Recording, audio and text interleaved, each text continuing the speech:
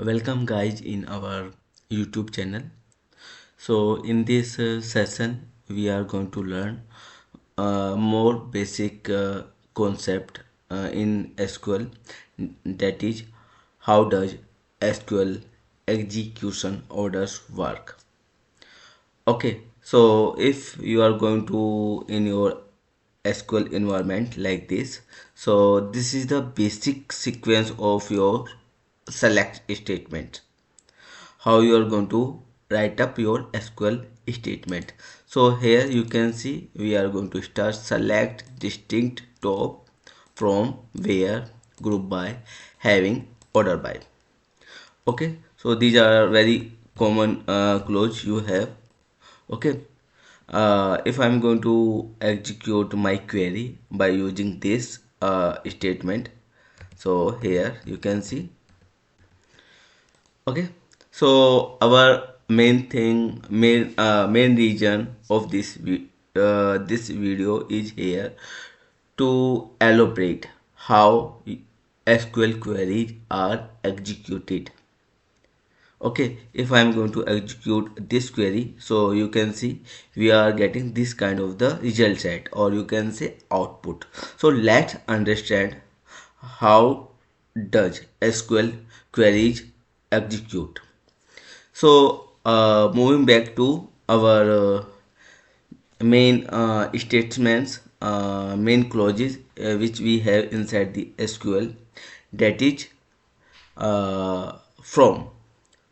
Okay, so first of all, the SQL execution orders is the sequence in which the different clauses of a SQL statement are executed.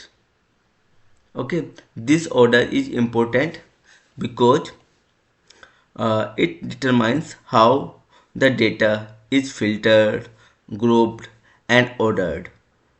So let's go through one by one and try to understand how they are going to play an important role in your execution order. So first of all, from or join. So from clause specify the tables from which the data will be retrieved, the source of the data, you can say entry point. So they are directly pointing your tables, and you can use joins. The join clause can be used to combine data from multiple tables or views. The second clause is where clause is very important for your query. If you want to filter your data on some specific condition, then you can apply where clause. For example, you want to filter your data on a specific product, then you have a group by. If you want to apply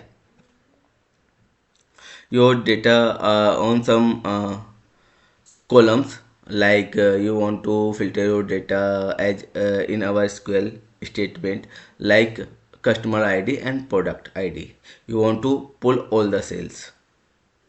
Okay, then having. So in this case you need having clause. If you want to filter this data, you are saying that your data, your sales should be greater than $500. Then your fifth element in this execution order is select.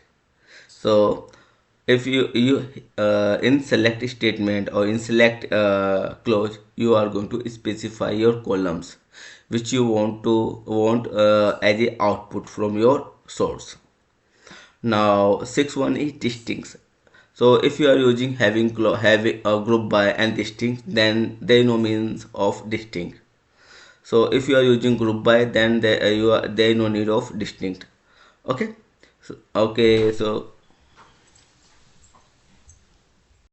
so distinct give you a facility to specify.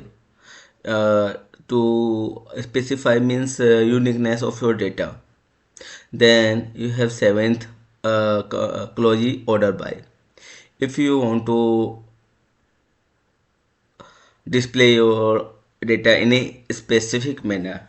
Like that, you want all the sales order by descending order or in ascending order. You want to display your sales from January. If you so you are going to apply a January month, or you are going to order by date. Then limit and top. So actually I put here limit and top to, in some SQL databases. They are supporting limit. As for example in legacy SQL, or you can say like BigQuery, limit will work, but limit will not work in SQL.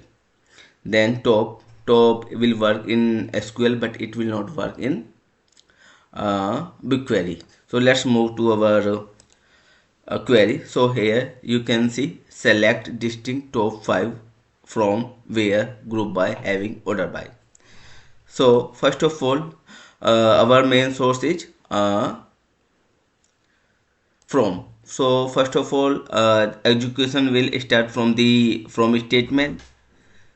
Okay, then it will go to the where clause, then group by the third one, having clause would be the fourth one, select would be fifth, and order by would be six.